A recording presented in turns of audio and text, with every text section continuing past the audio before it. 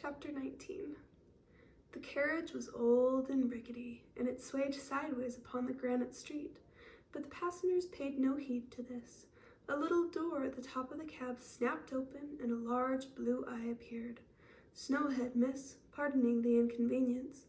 "That's quite all right," said Holly graciously. The eye blinked, and the little door clapped shut, and the driver heaved himself down from the seat with his shovel in hand. The horse stamped twice and was still. She turned to her friend. "Are you getting too cold, Jeremy?" "Not me. I feel swell. Never rode in a cab before." Jeremy yawned happily and wiggled into the worn leather padding that lined the carriage. Holly turned back to Tundra and continued their conversation where it had been interrupted. "You never saw him before in your life. How can you be so certain that you dislike him?" "I don't know how," conceded Tundra. "There's something about him. Something that's not right." "Maybe you just don't like mortals," suggested Holly. "I like Mr. Kleiner," Tundra protested.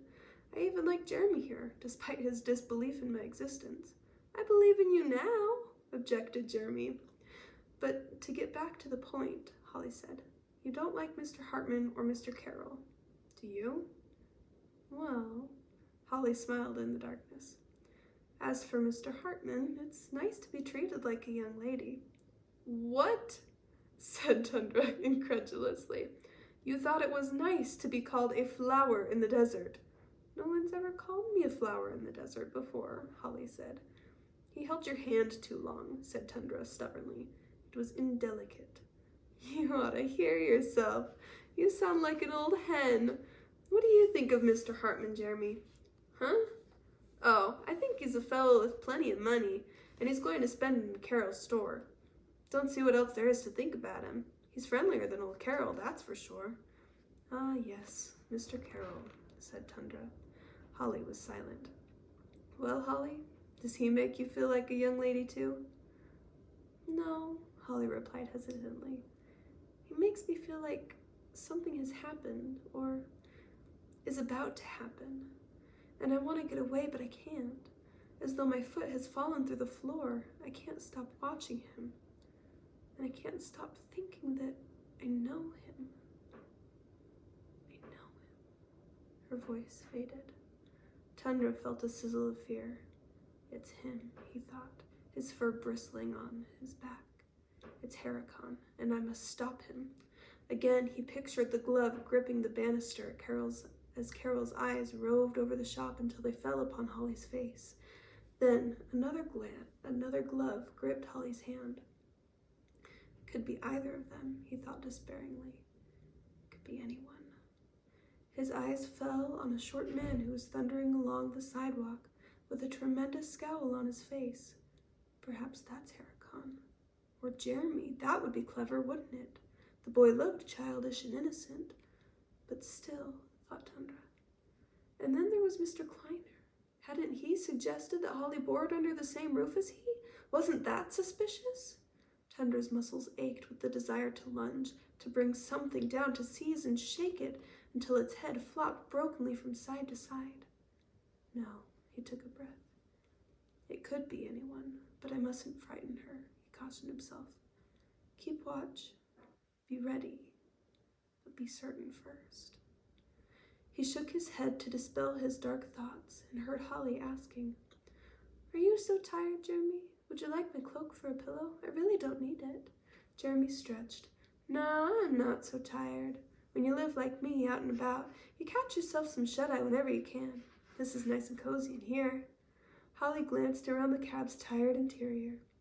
It was neither nice nor cozy. I have a present for you, Jeremy, she said, reaching into her satchel.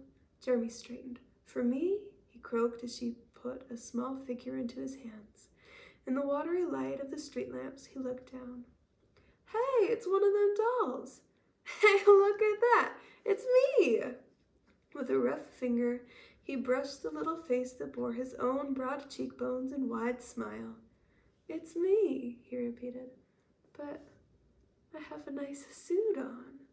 The carriage rocked as the driver, having cleared the way, climbed back aboard. The horse resumed his tired tread.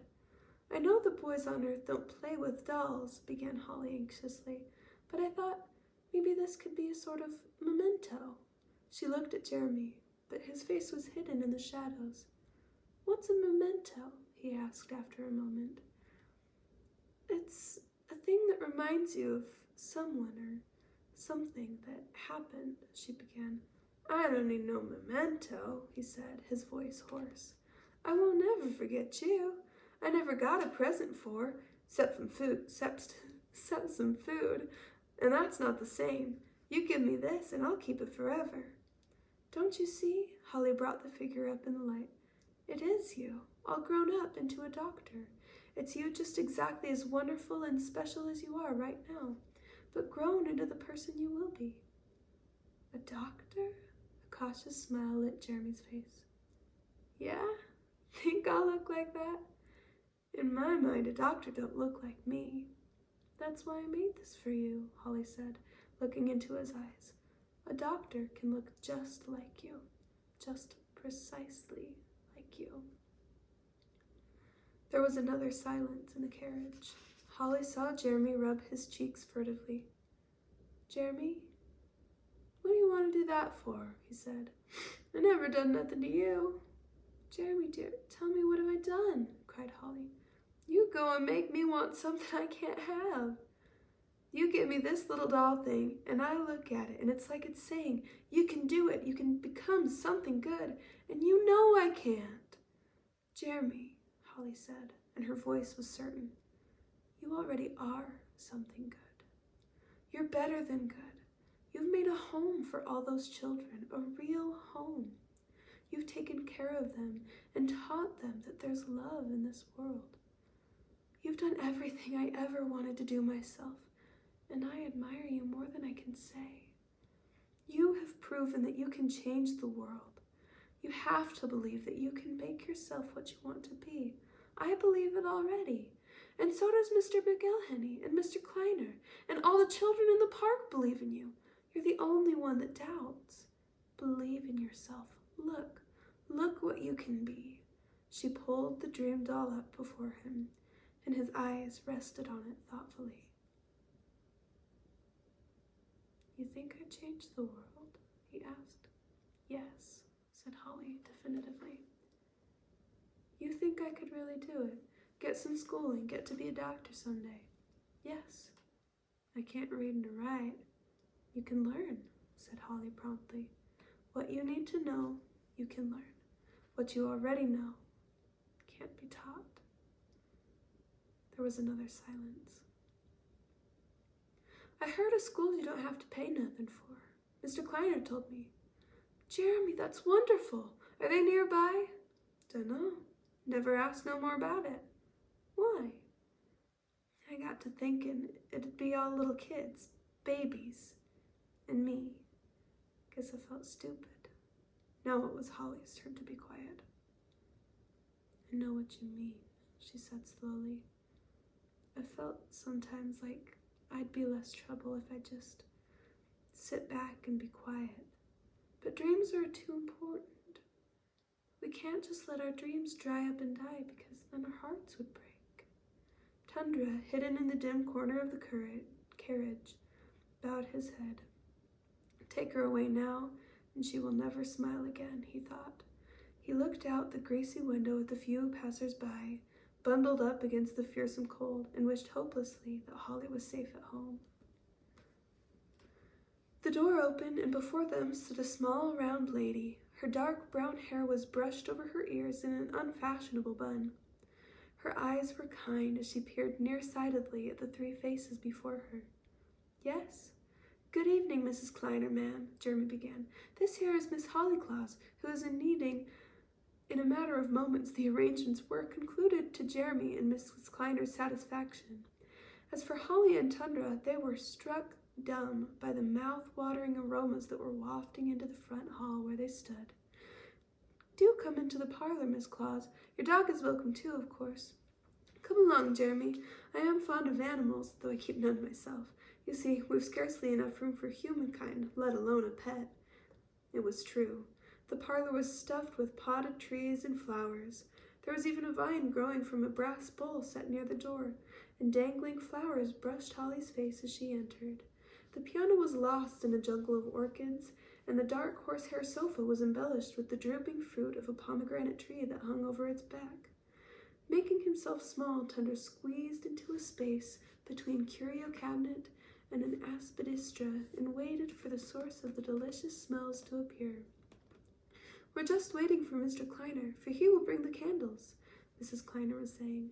The front door shut with a muffled thud. "Yes, here he is now." Mr. Kleiner appeared in the doorway, a little out of breath, as though he had been hurrying. His anxious face seemed to smooth as he caught sight of his wife. "Do excuse me, sir, for my lateness. He clapped his hands together. "Miss Claus has preceded me. I am so glad. Come along, then, all of you." Mrs. Kleiner beckoned them all through an archway. "Me too?" asked Jeremy, looking down at his worn clothes. "Especially you," Mrs. Kleiner assured him. "We must have a child." In the dining room, a table was set with flowered dishes. In the center, a large platter held a steaming stack of potato pancakes, and silver bowls of applesauce guarded each end. Another platter with roasted meat laid in tempting slices under a savory sauce, and yet another piled high with delicate fruit completed the meal.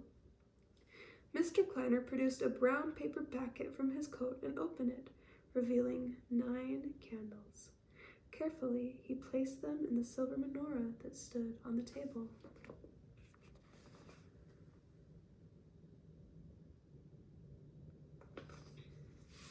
"It's Hanukkah," he explained to Holly and Jeremy, "the 8th and the last night of Hanukkah, the festival of lights," he added, "commemorating a miracle that took place among our people." Holly nodded. The holidays and celebrations of all people were considered basic knowledge in Forever. Jeremy, however, looked blank. "Our people, the Jewish people," Mr. Kleiner continued. "We light the candles to remember the lamp that did not falter for 8 long days. Then we say a prayer, and then we eat." He laughed at Jeremy's sudden change of expression. "Thank you, Sarah," he said as Mrs. Kleiner handed him a flaming taper. "No, stay, you must help me." With a smile, she placed her small hand on his, and they lit the center candle. Holly looked on, her eyes soft, as they joined hands hovering over each candle, and they spoke the prayer that invoked God's blessing. Quietly, her voice mingled with theirs as they completed the prayer. Mr. Kleiner smiled and released his wife's hand. "And now we eat!" cried Jeremy. And they did. The crispy pancakes loaded with applesauce were consumed, resupplied, and consumed again in a matter of a half hour, and the savory meat disappeared at the same rate. After gaining Mrs. Kleiner's permission, Holly set out a plate for the grateful Tundra, and for a while they all enjoyed themselves without much conversation. At length Holly set down her fork, and then Mrs. Kleiner followed. Mr. Kleiner declared himself full and put down his napkin with a sigh of contentment. Jeremy, however, continued to eat with steady purpose. As the minutes ticked by, Holly tried to ignore the familiar weakness that was creeping upon her in the close room. "I've never had such a tasty meal in my whole life," said Jeremy with his mouth full. "This might be the best day ever." Mr. Kleiner laughed and glanced across the table. "Sarah," he said, "do we have a corner for the young Jeremy tonight? It's bitter cold." "I was thinking that very thing, Isaac. Jeremy, would you like to stay here tonight? Free of charge, of course." "What's that?" Jeremy gulped. "Oh, thank you, ma'am, but I gotta be getting back to the kids. Now, if you could spare some leftovers, ma'am, I wouldn't say no. For the kids. They never get victuals like this from one year to the next." As Mrs. Kleiner bustled about, preparing a gigantic bundle of blankets and food with a few coins tucked inside, Jeremy felt an insistent pressure against his leg. "What?" he said incautiously, looking down at Tundra. Tundra glared at him and then turned his head to Holly. She was very pale, and her hands were trembling. The warm, humid air of the Kleiners' overstuffed parlor was sapping her strength with each passing minute. Mrs. Kleiner, ma'am, Miss Holly here is pretty tired. Maybe you could show her the room you got for her?" Mrs. Kleiner was all concern at the sight of Holly's pallor, and conveniently attributed it to exhaustion. "You work this poor child to the bone," she said, scolding her husband lightly as she guided Holly upstairs. "I'll be all right," Holly said dully. Her pulse was pounding in her ears, and she summoned all her strength to put one foot in front of the other. What was Miss Kleiner saying? Nothing fancy. Do hope you're comfortable. Oh dear, it's ice cold in here. The girl comes to tidy at 10, breakfast at 7, poached eggs unless you prefer otherwise. Poached eggs will be fine, stammered Holly, sitting down on the bed and feeling herself revive in the chilly air. Tundra trailed in behind them and hid himself in a dark corner, trying to be inconspicuous. Plenty more blankets. The water closet is just down the hall here. Oh, let me light the grate. There, you'll be warm in no time. And this little bag all you carried. Well, it's not for me to question. Always better to travel light. The other lodger, Mr. Hammerkey, you should have seen his luggage when he came, my dear. And that reminds me, you'll hear his footsteps late this evening. Poor boy's a printer, works day and night. I suppose it's better than no position at all. Still chattering, Mrs. Kleiner closed the door. The sound of her footfalls on the carpet died away. Quiet. Holly fell back on the bed, taking great mouthfuls of frigid air.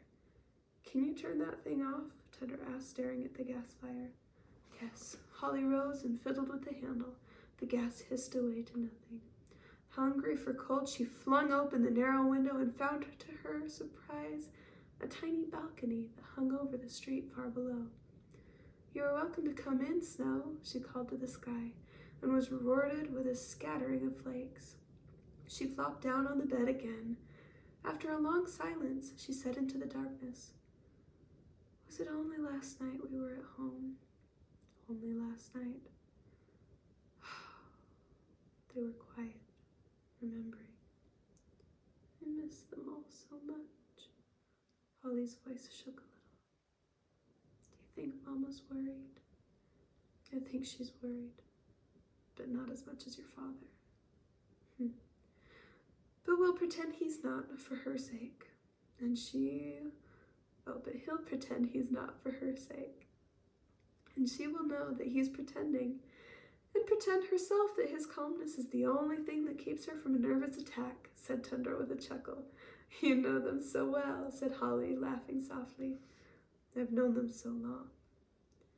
So many years, Tundra sighed. There was a thoughtful pause. Do you want to go home? She asked. What, now? Yes. Do you want to go home? Not without you, ever. Holly looked at the cracks on the ceiling. I don't deserve you, Tundra, she said humbly. Deserve. Tundra rolled the word around his mouth. That's what I don't understand about humans, this deserving idea. If it's love, you don't have to deserve it. Holly lifted her head to stare at him. After a moment, he smiled. Doesn't that hurt your neck? Yes, she admitted and sat up. They looked at each other affectionately for a few moments, and then Holly stood. I must hang up my clothes or there'll be a mass of wrinkles tomorrow. She rustled through the satchel, pulling out a creased dress of gray wool. Uh-oh, she said. This looks terrible. What do you do with wrinkles, Tundra? Grow fur, said Tundra indifferently. You'll look fine. I wish Lexi were here, said Holly. She'd know what to do. The satchel snorted. What? Said Holly and Tundra to each other. Before their amazed eyes, the satchel snorted again, and then clicked, and shivered. Summoning her nerve, Holly quickly overturned the satchel onto the bed. Out tumbled a muslin nightgown, a tawny skirt, and an assortment of stockings and brushes and satin pouches. Thump! A great knob of porcelain fell out. Then the Book of Forever, still in a featherweight edition, floated to the top of the pile. A mysteriously bumpy roll of green silk appeared. It lay on the coverlet, giving no clue as to its contents. Holly and Tundra exchanged glances. Should I bite it? Tundra asked. At this, the bundle erupted. No, no, it squeaked. It's us, you hound. Holly began to laugh. Quickly, she unrolled the silk and found 3 tiny creatures, Alexia, Euphemia, and Empy. They were no more than 2 inches tall, but they were themselves. Excitedly, they began to jump up and down, their teeny voices raised to the highest pitch they could muster. About time, cried Lexi. I thought we'd never get out of that bag. So stuffy. I did it, screamed Euphemia. I'm the one who thought of it, and Holly, I'm the one who remembered the magic words. All Empy could say was, Holly, Holly, Holly.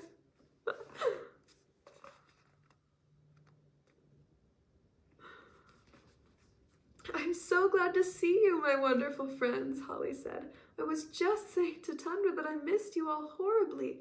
We know, we heard. I can barely hear you, Holly said, kneeling on the floor to see eye to eye with her friends. Can you unshrink? Euphemia opened her wings proudly. Yes, certainly, she said. I'll take care of that in no time. She placed one wing around Lexi and one around little Empy. Skedaddle, skedaddle, skadee! At the last word there was a quiet pop, and all three creatures disappeared for a fraction of a second, only to emerge from nothingness to their customary sizes. Holly kissed them all. Oh, my friends, my loyal friends. That was Strigogormes? Tundra asked. Euphemia smiled proudly. Yes, one of the more ancient incantations, and, she added, I remembered it. Doesn't sound like I thought it would, said Tundra, considering. I was expecting something more like Greek, something noble. Tundra, said Holly warningly. Oh, right. Very interesting, Strigogormes. Thank you, said Euphemia. By this time, Empy was in Holly's arms, but Alexia was peering critically at the clothes on the bed. These look terrible! You should have hung them earlier! I was just saying the same thing, Holly replied. Luckily, I brought a few odds and ends with me. Euphemia, stop preening and unshrink that little bag there, would you? Skidee, skedaddle, skedaddle! Quickly obliged Euphemia, and a tiny silk bag, suitable for housing a single ring, suddenly blossomed into a large valise. I can't believe that Strigogormes, Tundra muttered as Holly opened the bag and exclaimed over the fresh and unwrinkled contents. She pulled out a silvery skirt embroidered with white snowflakes and a crisp white blouse. New boots, too, soft and white, and a gray hat with a soaring white feather. A silvery wool jacket lined in white velvet completed the outfit.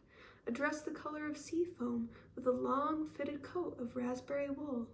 Stockings, shoes, even hankies, all neat and tidy. Finally out came a shushing torrent of glinting golden silk and a pair of satin dancing slippers of the same color. What in the world, Lexi? This is a ball gown, Holly cried. I don't think I'll be attending any balls unless Jeremy holds one in the sausage pavilion. A lady is always prepared, said the fox sternly. Oh, it's lovely, Holly assured her. Perfectly stunning. I love the way the ribbons pull back here. Under Alexia's watchful eye, Holly hung her new clothes carefully in the wardrobe and put the rest in neat stacks in the dresser drawers, all the while talking with her friends. Finally, as Mrs. Kleiner's mournful clock far below in the hall struck midnight, Tundra gave up suggesting that they should go to sleep, and commanded it. Exhausted, they all complied. All except Holly, that is. She lay awake, her mind racing from one image to the next. Tiny Bat next to the mass of horses with their heavy hooves, Jeremy's hand on the little boy's arm, the dying light of the fire in the eyes of the children huddled around it, the little shack that barely kept the snow from their faces as they slept. We got hay to keep us warm, Jeremy had said. But how warm could they be? Holly tried to imagine being cold, being freezing. Your skin must hurt, she thought, looking at her own shadowed hands, and your nose, and your eyes. She remembered Lissy's racking cough and the way she had closed her eyes afterward. Holly slipped from her bed and went to the little desk near the window.